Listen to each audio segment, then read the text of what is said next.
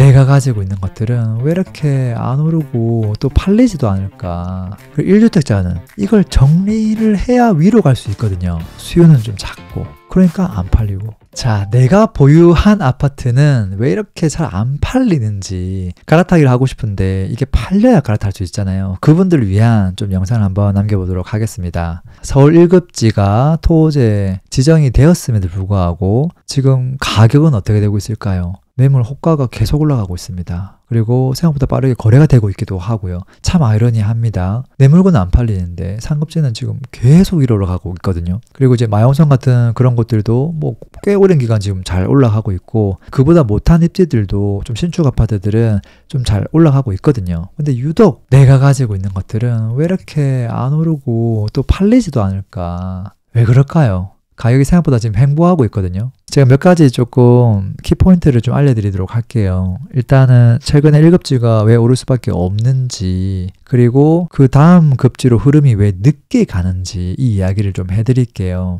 일단은 1급지가 많이 오를 수밖에 없는 이유는 분명 다 이유가 있는데, 다주택자 규제를 하고 있죠. 그러면 집을 여러 개를 못 가지게 되죠. 근데 무주택자, 1주택자가 지금 움직이고 있는데 이분들도 나중에는 집을 한두 개 사다 보면 금방 다주택자가 돼버리겠죠. 그걸 알기 때문에 처음부터 똘똘한 한 채만 살려고 아둥바둥 하는 거예요. 그러니까 그 쏠림이 있을 수밖에 없다. 똘똘한이라는 말 자체가 좋은 입지 한 채 쏠림이라는 말이거든요. 최근 2년 동안 지금 하락기에서 상승기로 이제 전환한 시점이었어요. 그랬을 때 사람들은 어떤 거부터 살 거냐? 당연히 좋은 거부터 사겠죠. 제일 좋은 거. 여러분들 뷔페에 가서 음식 담을 때 보통 어떻게 하시죠? 제일 맛없는 거부터 줄 서가지고 담아가지고 그거부터 배 다 채우고 제일 맛있는 거 먹으러 가는 사람 있나요? 아무도 없죠. 우리가 이제 먹을 수 있는 양이 한정적이기 때문에 제일 맛있는 곳에 가서 줄을 서서 그걸 먼저 기다리고 그걸 먼저 먹고 배가 좀 차면 그때부터 좀 다른 음식들 보는 거거든요.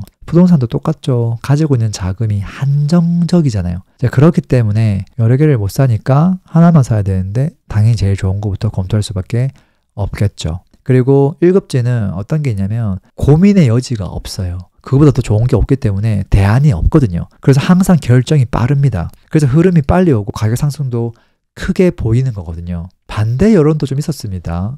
아니다. 아무리 그래도 야 뭐 강남같이 입지가 좋은 곳들은 수요는 있다. 근데 그건 희망사항일 뿐이다. 돈이 다 없지 않느냐. 실질적으로 살 수 있는 수요는 정말 한정적이다. 그 가수요는 그 수요가 아니다. 뭐 이런 이야기도 많이 했어요.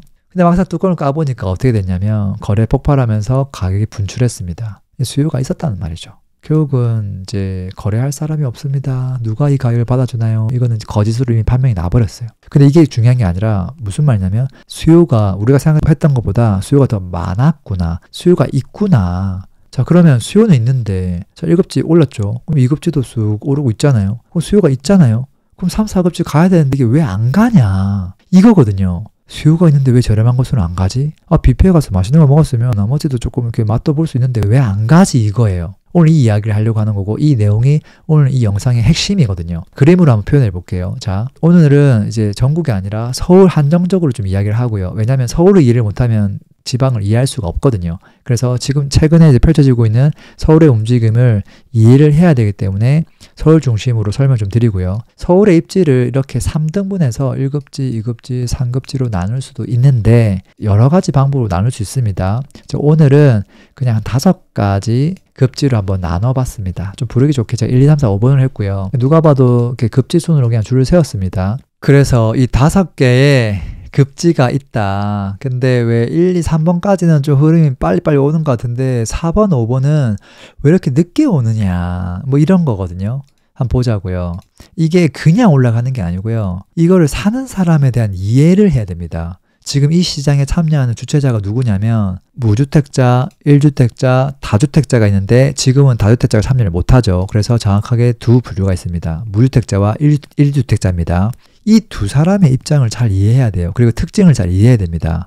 이 사람의 특징, 이 사람의 특징. 무주택자 입장에서는 이분들 중에서도 돈이 많은 사람도 있고 돈이 적은 사람도 있습니다. 그리고 좀 내 집 마련을 할까 말까를 조금 이제 스탠바이를 많이 한 사람이 있고 전혀 생각을 안 하고 있는 사람도 있죠. 자, 그랬을 때 여유 자금 있고 내 집 마련 할 생각이 있었다. 그럼 이 사람이 어디로 갈까요? 당연히 일로 가죠. 거침없죠. 1주택자는요. 바로 갈 수 있나요? 한 채 더 사는 개념으로 가면 바로 갈 수 있죠. 근데 만약에 기존 집을 팔아야만 갈아타기가 가능하다면 여기서 또 두 가지가 나뉘거든요. 이 사람들은 애매해져요. 기존 거가 안 팔리면 못 갈 수도 있는 거거든요. 근데 1번으로 갈 사람들은 대체적으로 뭐 예를 들어서 뭐 동작구에 내 집 마련해가지고 오래 살다가 그래 왜 마포로 한번 가볼까? 또는 무리해서 뭐 위로 가볼까? 그럴 수 있잖아요. 1주택자가 제일 흔하고 많으니까 갑자기 내가 뭐 금천구에 살고 있는데 여유자금 조금 더 보태가지고 뭐 강남 가볼까? 그런 사람들보다는 기존 주택에서 돈을 좀 더 보태가지고 갈아타기를 하잖아요. 현실적으로. 자, 그래서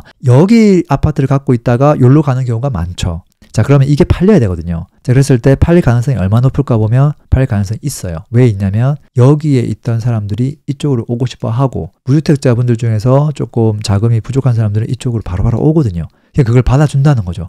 받아줄 수요가 있다. 그렇기 때문에 이게 팔리고 이쪽으로 갈아타기가 가능했다. 그럼 이걸 계속 눈높이를 낮추면 어떻게 되는 줄 알아요? 만약에 누군가가 2번을 사고 싶었다면 이 사람은 이걸 갖고 있었을 확률이 높고요. 이게 팔려야지만 갈 수 있는 거예요. 그게 아니면 한 채를 더 사야 되거나 요 사람들 입장에서. 그리고 이제 문제가 뭐냐면 이걸 사고 싶은데 이걸 사고 싶은 사람들은 대부분 이거를 가지고 있던 사람들이에요.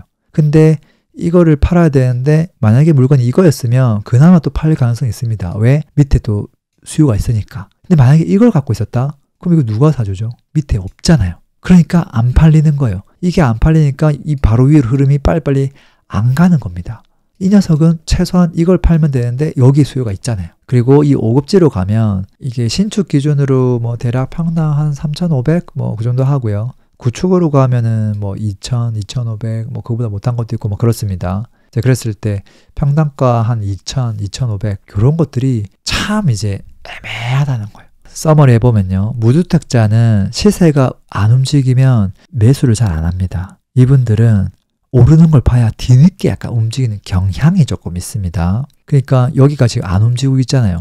그러니까 아예 안 가는 거예요. 움직여야 가는데 안 움직이니까 안 간다. 참 신기한 거죠. 그리고 1주택자는 이걸 정리를 해야 위로 갈 수 있거든요. 그러니까 이걸 정리하려고 다 내놓은 상황이고 매물이 많이 적재돼 있죠. 그리고 수요는 좀 작고 그러니까 안 팔리고 그래서 또 갈아타기를 또 못하고 있는 부분들도 있고 그렇다라는 거예요. 그래서 갈아타기를 하고 싶은 지역은 또 반대로 매물이 적어요. 매수자가 많아요. 그러니까 오히려 그쪽이 더 양극화가 돼가지고 올라가는 거죠. 그리고 이제 그나마 중간 급지라도 만약에 되면 그 아래에 사람들이 있기 때문에 받아줄 사람이 있는데 내가 만약에 팔려가는 물건이 하급지가 되면 받아줄 사람이 없다. 매물만 쌓인다. 그래서 더 양극화가 된다. 그래서 지금 우리가 보유한 물건의 급지 파악이 대단히 중요하다라는 거고요. 인정할 걸 인정해야 된다. 그리고 왜 사람들이 안 올까? 무주택자는 안 움직이니까 안 오는구나. 1주택자는 한 채를 더 사는 건 가능한데 한 채를 더 사는데 굳이 이 사람들이 이걸 한 채를 더 살 이유가 없잖아요. 1주택자가. 그러니까 그 사람들 바로 위로 올라오는 거고 기존 걸 팔아야지만 위로 올라올 수 있는 사람들은 나랑 똑같이 물건 내놨다. 이런 거죠. 이해됩니까? 그리고 우리가 한 가지를 더 알아야 되는데 단순히 급지 파악뿐만 아니라 수요의 크기가 얼마나 달라질 수 있는지도 정확하게 이해를 해야 됩니다. 제가 이거를 조금 여러분한테 이해하기 쉽게 하려고 그림을 한번 그려봤거든요. 그림이 어떻게 돼 있냐면 정확하게 이렇게 돼 있습니다. 지금 서울에서 비싼 아파트가 평당 1억 5천 정도 하거든요. 자, 그랬을 때 수요의 크기를 어떻게 판단하냐면 이 전체에서 제일 저렴한 거에서 비싼 것까지 가격을 절반으로 딱 나눕니다. 50%로. 그럼 그게 얼마냐면 평당 7,500이에요. 평당 7,500이면 최소 송파구 입지거든요, 사실은. 또는 이제 뭐 마포, 그 성동에서 제일 비싼 아파트 정도 돼야 이 정도거든요. 근데 봐봐요. 이 아파트에 대한 수요의 크기는 지금 요 50% 이내에도 지금 수요 크기가 엄청 많고요. 전체 50%니까. 그 밑에도 사실은 또 가수요라고 볼 수 있죠. 그러니까 여기까지 다 수요죠. 이 너무 당연한 건데, 자, 평당 7,500의 수요는 정확하게 절반으로 줄어듭니다. 절반으로 줄어요, 벌써. 근데 여기서 또 절반 나누면 25%가 되거든요. 그러면 평당 3,750이 됩니다. 그러면 이걸 살 수 있는 사람의 수요는 요거밖에 안 돼요. 확 줄어요. 그림으로 보면. 그리고 여기서 한 번 더 반타작을 하면 1,875만 원이 되는데요. 자, 그랬을 때 우리가 그림을 잘못 그리면 이런 그림으로 그냥 한 단계, 한 단계, 한 단계, 한 단계 마치 5분의 1등급 한 느낌이 들지만 실질적으로 수요의 크기는 그렇지 않아요. 한 번 쫙 내려갔는데 여전히 엄청 비싼 금액이에요. 거의 마용성 이상 급지인데 절반이 이미 나가 떨어지고 없는 거예요. 그래서 이 정도 내려오면 수요가 요거밖에 없다는 소리예요. 평당 900만 원 살던 사람들이 요걸 그나마 살 수 있는 수요다. 수요의 크기가 정말 작아진다. 그래서 금액이 커지면 커질수록 이게 엄청 커진다는 겁니다. 그게 대단히 중요한 거예요. 그래서 비싼 것들은 수요가 없는 게 아니라 수요 크기가 굉장히 크다. 이걸 명심해야 되고요. 조금 서머리 해보겠습니다. 무주택자가 일단 기본적으로 물건을 사줘야 되는데 이분들은 눈높이가 굉장히 높습니다. 좋은 걸 사거나 아니면 아예 안 삽니다. 두 번째는 이분들은 시세가 움직여야 달려드는 경향이 있습니다. 그러니까 오르고 있는 것들은 사는데 안 오르고 있는 거는 아예 안 가는 거죠. 그리고 1주택자 분들은 두 가지 유형이 있는데 그냥 한 채를 더 사서 2주택자가 되는 걸 선택하거나 아니면 이미 지금 깔고 있는 주택의 금액이 좀 있기 때문에 이걸 정리하고 합쳐서 좋은 거 하나로 가고 싶어 하거든요. 갖고 있는 자금만 가지고는 똘똘한 걸 못 사고 또 애매한 걸 사야 되기 때문에 망설이거든요. 근데 이제 이 물건들이 이제 어느 정도 수준이냐 라는 거죠. 그게 이제 좀 좋은 것들은 팔리고 이미 갈아타기 다 했을 거고 그게 아닌 분들은 이미 그 물건들이 적재되어 있을 것이다. 그리고 물건이 적재되어 있기 때문에 경쟁이 심하고 경쟁이 심하니까 가격이 못 올라가죠. 거래는 똥똥똥 되는데 그냥 계속 가격이 횡보하는 그런 모습들이 특정 지역에서 계속 보이고 있는 거예요. 그리고 야 이게 왜 수요가 더 안 달라붙지 라고 보면 수요의 크기를 객관적으로 알아야 되는데 아까 제가 그림을 그려드렸죠.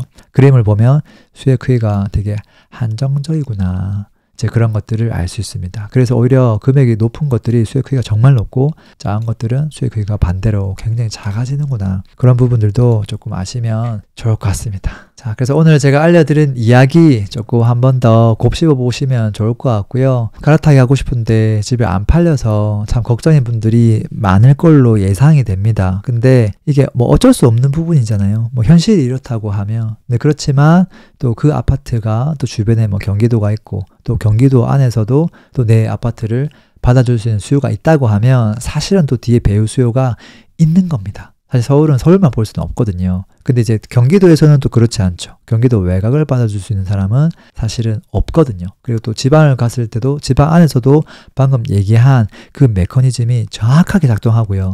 그래서 1급지나 좀 좋은 것들은 사실은 방심하는 사이에 먼저 바람이 불 수 있다는 거고 그게 날아가 버리면 또 갑자기 사람들이 움직이거든요. 그럼 2급지를 정리하고 1급지를 가야 되는데 또 2급지가 안 팔려. 그럼 또 1급지만 또 이렇게 막 계속 바라봐야 되고 또 반대로 또 3급지 갖고 있던 분들은 안 팔리니까 서울에서 벌어졌던 그 일들이 똑같이 또 벌어질 수 있다. 그런 부분들을 조금 이해하시면 좋을 것 같습니다. 오늘도 긴 영상 들어줘서 감사합니다. 광고 한번 하겠습니다. 집값이 왜 언제 오르는지 어떤 게 저평가인지 판단하지 못하면 계속 흔들릴 겁니다. 기초 강의는 이 강의 하나로 충분합니다. 물고기 잡는 법을 알려드립니다. 내 집 마련에 대한 니즈가 참 많습니다. 그래서 실전 수업을 만들었고요. 개인 컨설팅에 가까운 수업입니다. 내 집 마련을 못할래야 못할 수가 없습니다. 지식을 온전히 내 것으로 만들고 싶은 분들은 스터디가 마음에 드실 겁니다. 똘똘한 한 채부터 재건축, 재개발, 돈 되는 투자처 함께 찾고 싶은 분들을 위한 스터디 준비되어 있고요. 현금 흐름 만들기 위한 다양한 수익형 부동산 종목을 배우는 스터디. 자, 목적에 맞게 선택하시면 됩니다. 링크는 설명란 및 댓글에 남겨 놓겠습니다. 강의 때 뵙겠습니다.